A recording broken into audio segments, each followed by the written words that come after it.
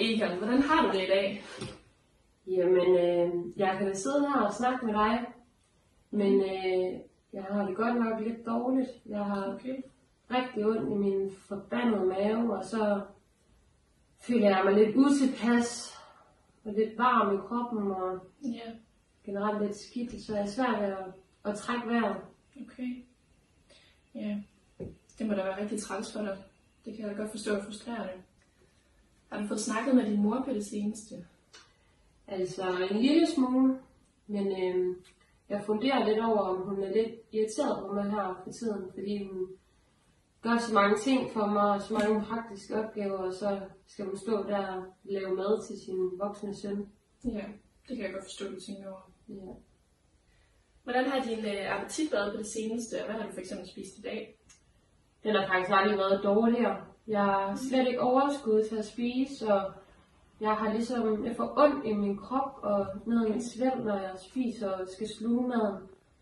Så det er ikke super rart, så jeg har ikke særlig stor appetit. I dag for eksempel, der har jeg kun fået en kop kaffe og en kiks. Men jeg kunne faktisk virkelig godt drikke en kold øl, hvis du har det. Ja, altså vi ser gerne her, mens du er indlagt og får en behandling, at du ikke drikker. Men jeg kan godt forstå, at det er frustrerende for dig, at du har lyst til det. Man kan også sige, at en halv kop kaffe og en kiks er jo ikke tilstrækkeligt med føde på sådan en dag, som for eksempel i dag. Men jeg tænker, at vi skal have bugt med den ubehag, du føler, sådan, så du kan få nogle af de vitaminer og proteiner, du har brug for, så du kan få spist det igen. Grundet din levercirrhose, så optager du ikke proteiner fra maden lige så godt, som hvis du ikke havde den her skrumpelever. Og det er derfor rigtig vigtigt, at du får tilstrækkeligt med protein i den kost, du spiser, fordi ellers så vil proteinerne tages fra musklerne, og så vil du opleve muskelsvaghed, og du vil ikke have lige så meget energi, som hvis du spiser. Så det er vigtigt, at nu hvor din appetit er så lille, som den er, at det du så indtager, at det er rigt på proteiner og fedt også. Kan du lide kød for eksempel? Ja, jeg elsker kød. Især en god bøf. Ja. Men appetitten er bare ikke til det. Nej. Og det er da heller ikke noget at sige til, når du har så meget kvalme og ondt i maven og generelt føler dig utilpas. Der findes de her sådan små proteindrikke, som minder lidt om milkshake. De er super rige på protein, og det er en god kilde til, hvis man ikke har så meget appetit, at man lige kan drikke sådan en, for eksempel til et mellemmåltid. Du kan få dem med masser af forskellige smagsvarianter, og de kan serveres kolde. Er det noget, du kunne tænke dig at prøve? Ja, altså, jeg kan da prøve. Er det noget, jeg kan blande i min øl? Det kan jeg desværre ikke tilbyde. Men vi har jordbær, chokolade og vaniljesmag og banansmag. Okay, så skal det i hvert fald i det mindste være med chokoladesmag. Ved du hvad, så får jeg bestilt sådan nogle til dig. Så skriver jeg det lige ned. Så får jeg bestilt dem til dig, så kan de komme hjem i køleskab.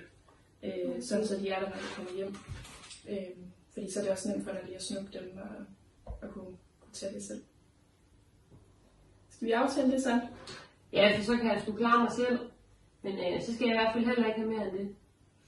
Nej, altså, jeg tænker, nu starter vi med de her proteindrikke og ser, hvordan det går. Fordi på sigt, der ser vi gerne, at du får en mere almindelig kost. Så du får lidt flere vitaminer og flere proteiner, end du får i de der proteindrikke.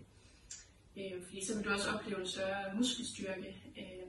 Så du har mere energi, og sådan, så du kan klare dig bedre derhjemme, fordi det kan jeg forstå på dig, det betyder meget for dig.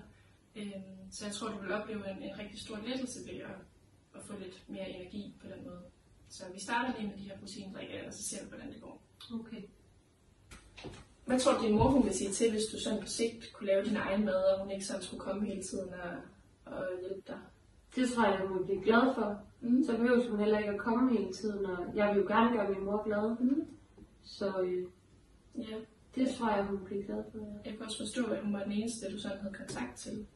Vil det passe? Ja, det er hun egentlig. Jeg ser ikke så meget til min familie og venner. Faktisk hun er egentlig den eneste, jeg har. Ja. Den eneste, der hjælper mig, når jeg har brug for det. Ja.